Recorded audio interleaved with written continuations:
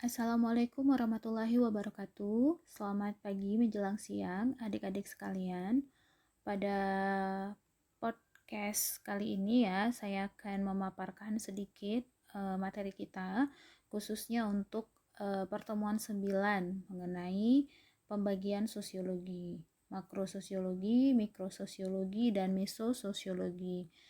Dan saya sangat berharap adik-adik dapat mendengarkan podcast ini sampai dengan selesai, supaya nanti adik-adik bisa memahami apa itu makrososiologi, mikrososiologi, dan mesososiologi. Pada pertemuan sebelumnya di classroom saya sudah menyajikan ya beberapa materi-materi atau pertemuan-pertemuan dasar ya yang berkenaan dengan sejarah, kemudian pemikiran sosiologi Islam Barat, lalu kemudian paradigmanya seperti apa, perspektif seperti apa, kemudian teori ya, dan landasan-landasan teoritis di dalam sosiologi, tokoh-tokoh klasiknya juga seperti apa, dan beberapa tokoh-tokoh modern.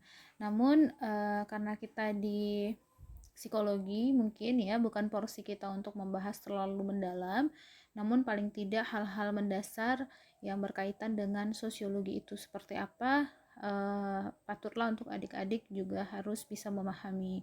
Karena seperti yang sudah saya sampaikan pada pertemuan sinkronus sebelumnya ya, bahwasannya lingkup kajian dalam sosiologi dan psikologi ini memiliki irisan ya.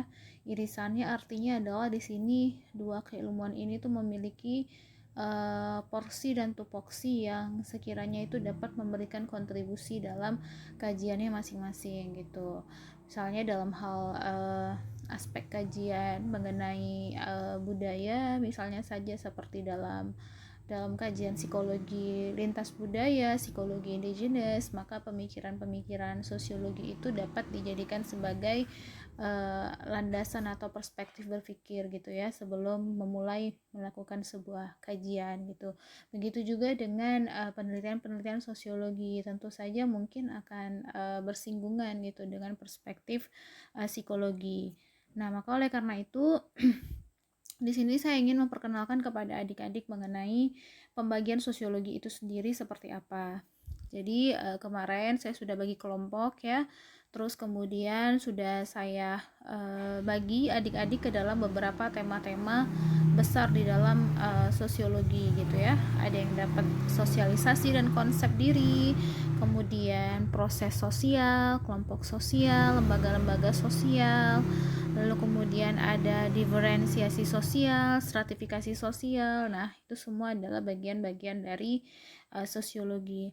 Tapi tema-tema itu kemudian akan masuk ke pembagian yang mana gitu. Makrososiologika, mikrososiologika, apa mesososiologi misalnya saja gitu. Nah, jadi dengan memahami makro, mikro, dan mesososiologi ini nanti adik-adik akan bisa memetakan sendiri kira-kira tema-tema itu masuk ke dalam pembagian atau lingkup kajian sosiologi yang mana, seperti itu ya. Nah, sekarang coba kita lihat dulu ya, coba kita kaji kembali gitu mengenai pembagian sosiologi itu sendiri berdasarkan pemikiran para tokohnya terdahulu. Nah, jadi kalau dari sebenarnya gini, sebenarnya sama ya, psikologi dan sosiologi itu kan punya landasan berpikirnya, punya filsafat berpikirnya gitu. Nah, sosiologi pun juga punya. Dan tujuannya apa kita memahami filsafat, landasan, dan pembagian-pembagian lingkup kajian ini? Pasti nanti ini akan sangat membantu kita dalam penelitian yang akan dilakukan. Nah, maka di dalam sosiologi pun punya gitu pembagian sosiologi yang nanti akan membantu mereka-mereka yang melakukan penelitian sosiologi gitu untuk menentukan lingkup kajiannya atau menentukan fenomena kajian seperti apa yang akan dilakukan, levelnya di mana gitu. Apakah levelnya makro, mikro? Karena biasanya level makro, mikro, dan meso ini nanti akan mempengaruhi pemilihan teori yang digunakan pula gitu untuk dijadikan sebagai pisau analisis gitu terhadap suatu fenomena sosial dalam hal ini ya. Nah, jadi Dengan kita mempelajari beberapa pembagian di dalam ilmu sosiologi, itu nanti akan membantu kita menentukan gitu lingkup penelitiannya seperti apa. Nah, saya yakin dalam psikologi pun juga ada hal seperti ini gitu kan. Makanya kenapa ada yang disebut kajian penelitian yang sifatnya makro, mikro, dan meso. Nah, jadi begitu juga di dalam sosiologi gitu ya. Sosiologi itu kan pada umumnya dibagi ke dalam 3 pembagian. Nah, jadi 3 pembagian itu pun juga ternyata tidak lepas dari hakikat ilmu sosiologi itu sendiri yang pertama kali dipelopori oleh seorang filsuf beraliran positivisme atau yang disebut dengan bapak sosiologi, the father of sociology, Auguste Comte ya. Nah, jadi si Auguste Comte ini dia itu pada awalnya mencoba ya untuk membagi sosiologi itu ke dalam 2 bagian. Nah, jadi ada yang disebut dengan statika sosial dan ada yang disebut dengan dinamika sosial. Nah, statika sosial ini itu salah satu cabang sosiologi yang mempelajari bagaimana pola hubungan masyarakat yang bersifat statis atau tetap. Misalnya seperti apa? Misalnya seperti lembaga sosial atau sistem hukum gitu yang ada di dalam masyarakat. Nah, kemudian dinamika sosial apa? Dinamika sosial itu adalah pembagian sosiologi di mana di sini kita mempelajari perubahan-perubahan sosial yang terjadi di dalam masyarakat. Contohnya seperti apa ya? Seperti globalisasi, modernisasi gitu ya. Terus seperti hari ini kita sedang berhadapan dengan revolusi industri 5.0. Nah, ini adalah bagian dari perubahan sosial. Apalagi revolusi industri sudah terjadi 5 kali kan, sekarang kita sudah masuk ke revolusi 5.0, 5.0. Berarti ini ruang lingkup kajian sosiologi di level perubahan sosial atau dinamika sosial tadi. Nah, kalau dari si Auguste Comte awalnya seperti itu pembagian sosiologi. Nah, sedangkan Durkheim pun juga sama, ini salah satu tokoh klasik ya, yang memang menjadi pelopor dari perkembangan sosiologi gitu. Nah, tapi kalau si Auguste Comte tadi membagi ke dalam 2 pembagian, statika sosial dan dinamika sosial, kalau Emile Durkheim itu mengembangkan lingkup kajiannya ke dalam beberapa subdisiplin gitu ya, atau biasanya masuk ke dalam kajian-kajian yang mempelajari tentang fakta-fakta sosial. Nah, kalau fakta-fakta sosial ini kan berarti kita menyebutnya fakta-fakta empirik yang ada di dalam masyarakat gitu. Artinya kita mengetahui adanya ketentuan tersebut. Contohnya apa ya? Contohnya seperti hukum-hukum yang mengatur tingkah laku dan perilaku manusia di dalam kehidupan sehari-hari. Seperti apa? Seperti kebudayaan yang berlaku, kemudian agama, adat istiadat. Nah, jadi pembagian sosiologi makro, mikro, dan meso nanti yang akan kita bahas itu ternyata tidak lepas dari pemikiran tokoh-tokoh sebelumnya gitu ya, tokoh-tokoh klasik tentunya. Nah, terus kemudian ada lagi nih beberapa tokoh-tokoh klasik yang juga memberikan sumbangsi dalam peletakan bagian di dalam jenjang analisis sosiologi nantinya itu ya. Yang tadi kita sebut makro, mikro, dan meso. Nah, tapi di sini kalau si Bloom dan si Selznick ini tahun 1977 dia membagi sosiologi ke dalam 2 bagian. Ada macro order dan micro order, tatanan makro atau tatanan mikro.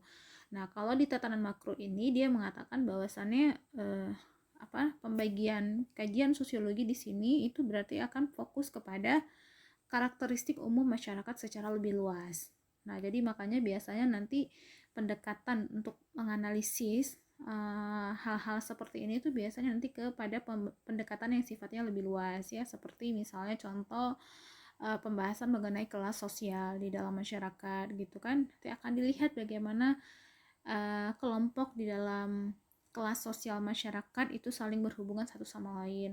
Atau misalnya kita ngomongin sebuah kelompok masyarakat yang lebih luas, seperti misalnya kelompok masyarakat petani gitu di sebuah daerah gitu. Maka mungkin nanti unit analisisnya akan bersifat makro karena lebih melihat bagaimana pola hubungan kelompok-kelompok tadi gitu di dalam masyarakat petani tadi gitu. Nah, seperti itu ya.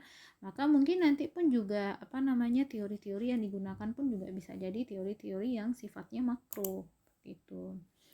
Nah, lalu ada micro order atau tataran mikro. Nah, kalau ini kan berarti dari bahasanya saja kan mikro nih ya. Berarti nanti titik beratnya itu lebih kepada interaksi sosialnya.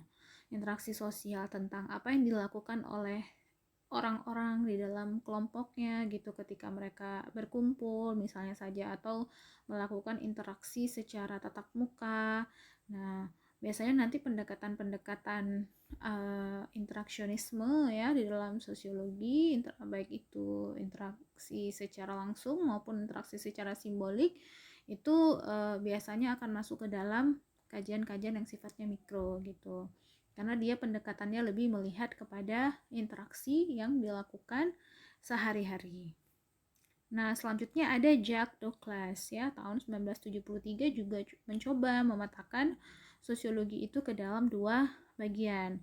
Yang pertama itu adalah the sociology of everyday life situations. Ya, jadi perspektif sehari-hari, interaksionis dan mikrososial. Nah, mungkin kalau ini sama ya seperti yang sebelumnya ya, masuknya ke dalam tatanan mikro karena yang dilihat itu adalah perspektif sehari-hari. The situation of everyday ya, the life everyday ya, kesehari-harian gitu. Kemudian the sociology of social structures. Nah, perspektif struktur atau makrososial karena yang dilihat biasanya di sini adalah struktur masyarakatnya. Nah, kalau kita ngomongin struktur masyarakat itu kan berarti sifatnya besar. Maka lingkup kajiannya pun juga makro gitu. Oleh karena itu nanti pendekatan teori yang digunakan pun juga teori-teori yang makro gitu, seperti teori struktural fungsional misalnya kalau di dalam sosiologi gitu. Nah, sementara kalau misalnya di tatanan mikronya mungkin nanti akan menggunakan teori yang juga sifatnya mikro. Misalnya kalau untuk melihat interaksi sehari-hari berarti kan nanti bisa pakai teori interaksionisme simbolik gitu, atau teori interaksi sosial seperti itu gitu. Nah, makanya kalau ngomongin struktur itu kan besar ya, maka teorinya pun juga harus teori struktural fungsional yang besar gitu dalam melihat bentuk-bentuk interaksi sehari-hari di dalam kelompok, dan unit kajiannya pun juga biasanya kelompok bukan individu. Nah, seperti itu. Nah, lalu kemudian selanjutnya pembagian sosiologi ini juga dipetakan ya oleh seorang tokoh sosiologi klasik juga, ada Randall Collins ya, tahun 1981. Nah, di sini si Randall Collins juga mencoba menjabarkan perbedaan makrososiologi dan mikrososiologi. Jadi kalau tokoh-tokoh sebelumnya tuh masih berbicara soal makro dan mikronya saja ya. Di sini si Randall Collins sudah mulai menggunakan istilah makrososiologi dan mikrososiologi gitu. Nah, kalau di dalam mikrososiologi itu dia biasanya akan melibatkan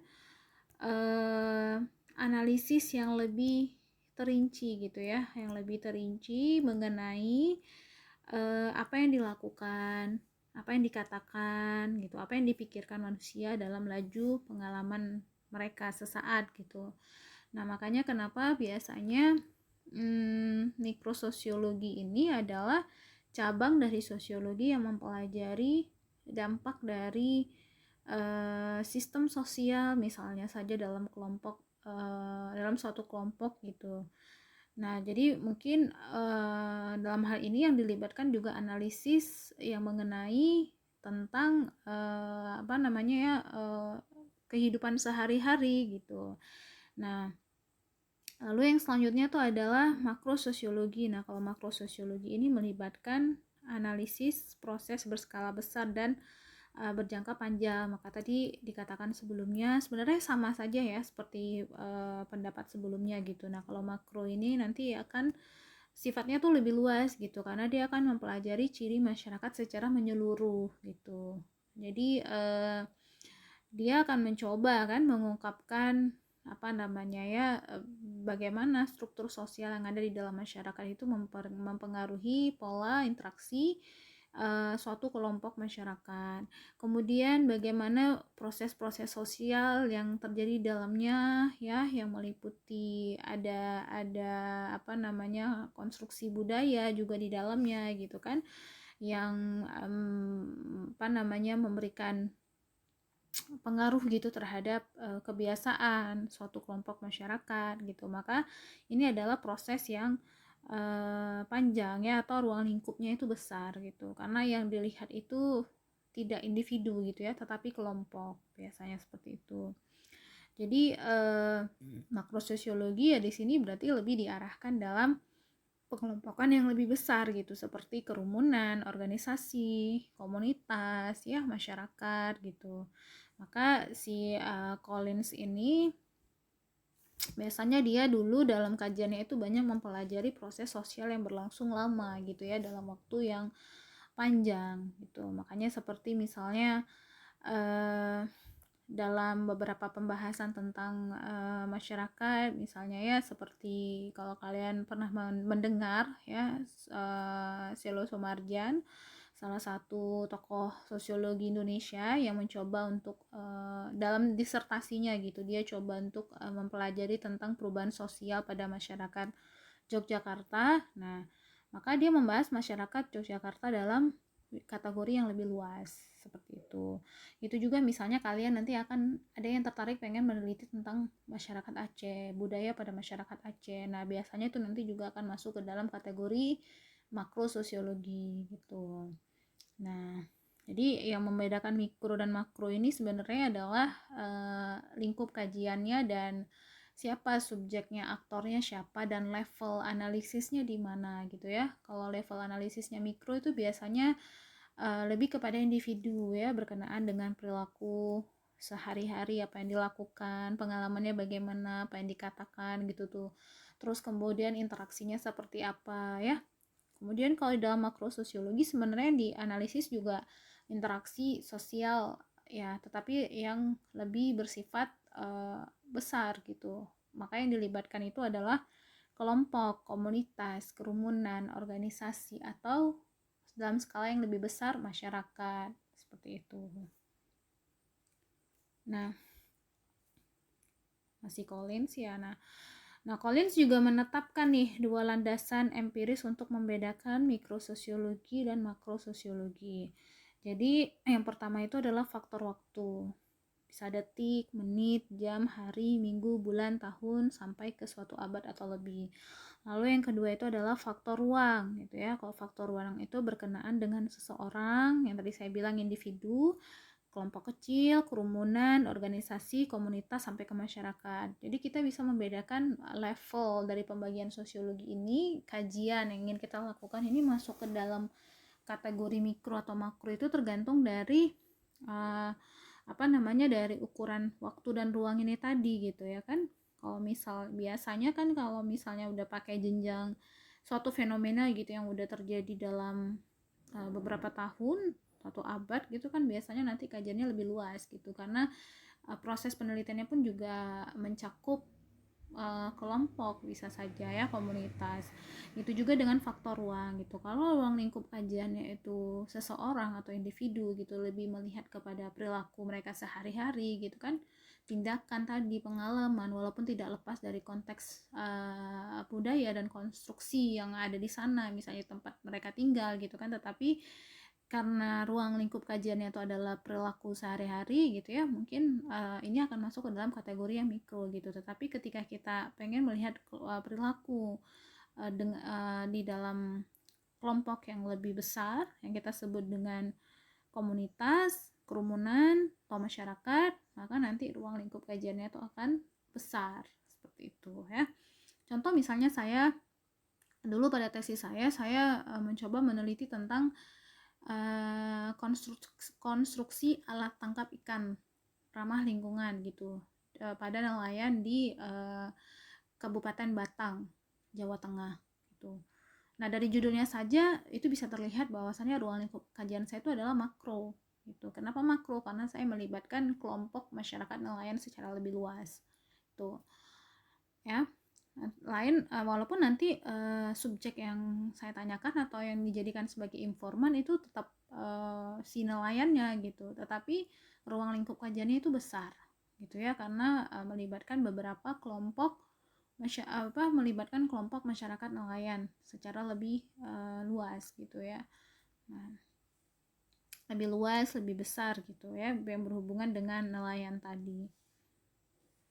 Nah, lalu selanjutnya ada juga pembagian sosiologi ya menurut Lenski. Nah, si Lenski ini tuh mengemukakan bahwa dalam sosiologi itu terdapat 3 jenjang analisis. Nah, jadi mesososiologi itu munculnya di sini gitu. Dari pemikirannya si Lenski ya tahun 1985.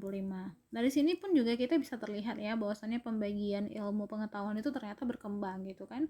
Kalau kita lihat dari tahun-tahunnya kan berkembang ya. Randall Collins itu tahun 1981, kemudian di tahun 1985 si Lenski mengemukakan juga gitu pandangannya gitu tentang analisis sosiologi gitu ya.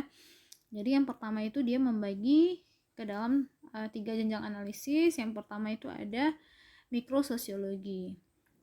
Nah, kalau di mikrososiologi ini sebenarnya sama saja seperti penjelasan sebelumnya. Cuman mungkin ada beberapa penekanan-penekanan yang mungkin nanti akan membuat kita lebih paham gitu ya, lebih rinci gitu mengenai mikrososiologi itu seperti apa. Nah, jadi kalau dalam mikrososiologi itu di sini kita akan mempelajari dampak dari sistem sosial dan kelompok primer pada individu gitu. Kalau kelompok primer itu kan berarti kelompok yang lebih kecil gitu ya. Bisa saja keluarga gitu ya, bisa jadi keluarga inti atau keluarga yang lebih luas. Kalau keluarga inti itu kan berarti disebut dengan apa? Nuclear family. Kalau keluarga besar extended family gitu. Makanya kenapa ruang lingkup kajiannya itu individu gitu. Sama kan seperti tadi. Nah, terus kemudian si apa namanya biasanya juga yang difokuskan pada kelompok kecil gitu ya di dalam mikrososiologi ini gitu. Nah, terus kemudian ada mesososiologi. Nah, ini yang menarik dari pemikirannya si Lenski. Jadi kalau tokoh-tokoh sebelumnya seperti Randall Collins tadi tidak tidak berbicara soal mesososiologi. Nah, di sini si Randall Collins si Lenski dia mencoba gitu untuk menjelaskan ruang lingkup kajian sosiologi juga gitu di dalam jenjang meso gitu. Jadi dalam artinya ini berarti dalam arti mesososiologi ini berarti lingkup kajian sosiologi itu lebih tertarik kepada institusi khas yang ada dalam masyarakat gitu. Jadi di sini karena lebih tertariknya pada institusi khas yang ada dalam masyarakat, maka seorang peneliti atau ahli sosiologi itu akan mengkhususkan penelitiannya itu pada pokok-pokok pembahasan gitu yang berhubungan langsung gitu dengan kelembagaan atau institusi yang ada di dalam masyarakat gitu. Jadi dimensi ruangnya itu lebih terbatas gitu. Jadi dia nggak berbicara soal masyarakat, tetapi dia lebih berbicara soal institusi khas yang ada di dalam masyarakat. Misalnya kalau dari contoh mesososiologi ini kita akan lihat hubungan antara pelaku ya dalam suatu organisasi, misalnya saja organisasi pendidikan. Saya pakai contoh organisasi pendidikan aja seperti di universitas gitu. Jadi bagaimana pengaruh pimpinan, bagaimana pengaruh dekan, wakil dekan, terus kemudian para staf struktural, dosen gitu kan di dalam jajaran kepemimpinannya gitu. Itu akan menjadi tolak ukur dari kualitas institusi itu gitu. Jadi bagaimana orang-orang atau aktor-aktor yang berada di dalam suatu institusi ini ternyata akan memberikan kontribusi terkait dengan peningkatan kapasitas atau kualitas dari sebuah institusi gitu. Atau misalnya saja kalau kita ngomongin soal kualitas pembelajaran, kualitas kurikulum, kualitas mahasiswa, terus kemudian bagaimana kapasitas mahasiswa gitu ya di dalam suatu fakultas gitu. Maka itu akan bergantung pada bagaimana pimpinannya juga kan pastinya dalam menjalankan kurikulum. Terus kemudian yang lebih berpengaruh lagi adalah dosen, bagaimana dosen juga dalam memberikan tridharma perguruan tingginya gitu. Maka ini nanti akan menentukan bagaimana kualitas dari lulusan-lulusan yang dihasilkan di dalam sebuah institusi fakultas dalam hal ini. Nah, inilah yang disebut dengan meso. Jadi meso itu dia tidak berbicara soal individu, tidak bicara soal masyarakat secara lebih besar atau luas gitu, tapi dia berbicara soal institusi khas yang ada dalam masyarakat. Contoh tadi saya kasih contoh adalah organisasi pendidikan atau institusi pendidikan, universitas gitu. Nah, bisa juga nanti kalau di kampung-kampung kan ada yang namanya TPA, ada yang namanya kelompok PKK, ada yang kalau kita di Aceh kan juga ada yang namanya Panglima Laut, kan ada kantornya kan sekarang gitu, ada institusinya gitu. Jadi ini adalah institusi khas yang dapat dijadikan sebagai ruang lingkup di dalam mesososiologi gitu, dalam bagian mesososiologi. Maka kalau dalam pembagian tema kelompok kemarin mungkin lembaga-lembaga sosial, nah yang dapat kajian tentang lembaga-lembaga sosial itu berarti masuk ke dalam mesososiologi. Nah, yang selanjutnya itu adalah makrososiologi, sama saja ya seperti sebelumnya ya.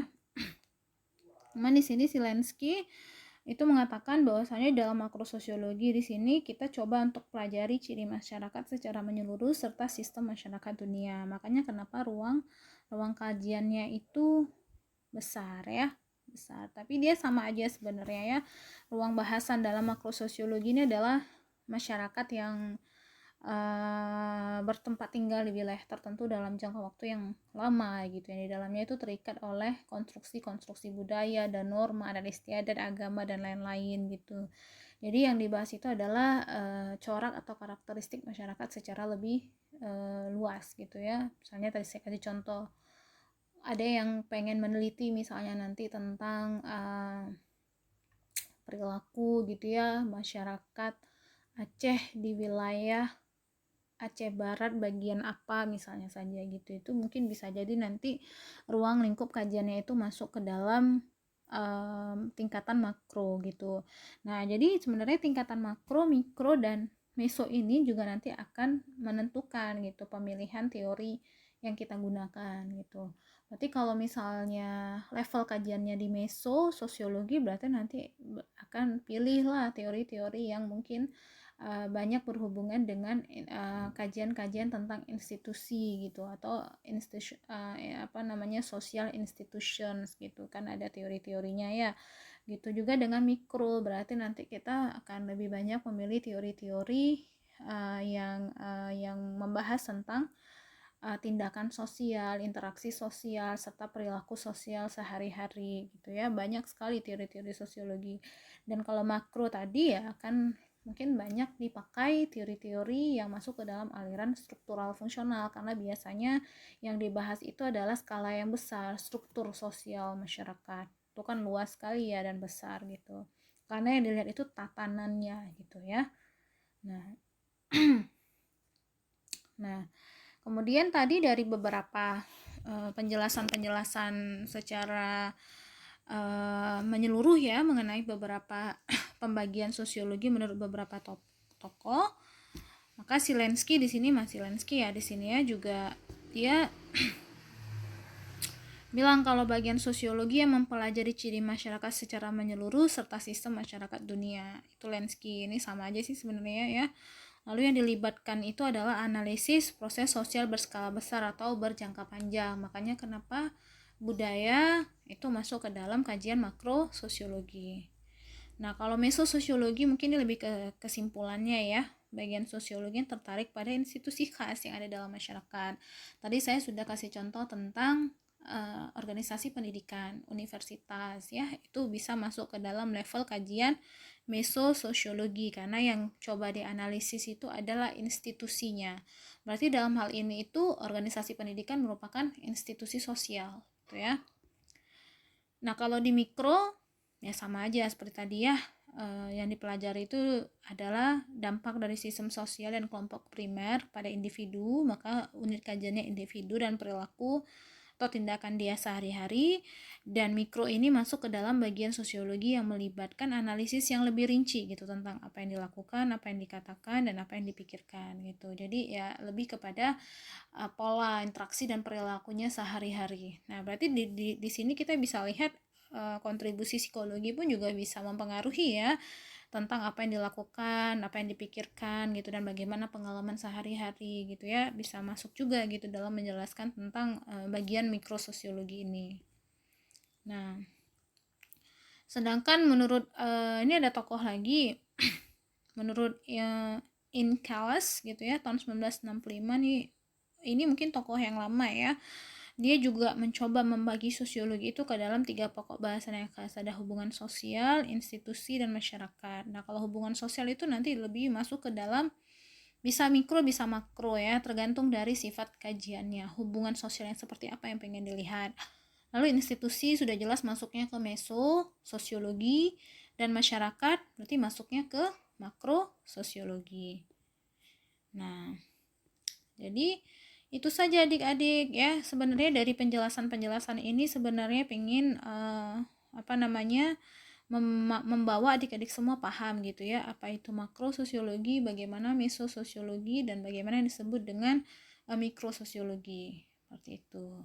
Nah, jadi itu saja berarti penjelasan hari ini tentang pembagian sosiologi, dan saya berharap adik-adik bisa paham gitu ya tentang pembagian ini gitu. Dan saya yakin di dalam psikologi pun kan kita punya ya makropsikologi, mikropsikologi, atau mesopsikologi juga gitu.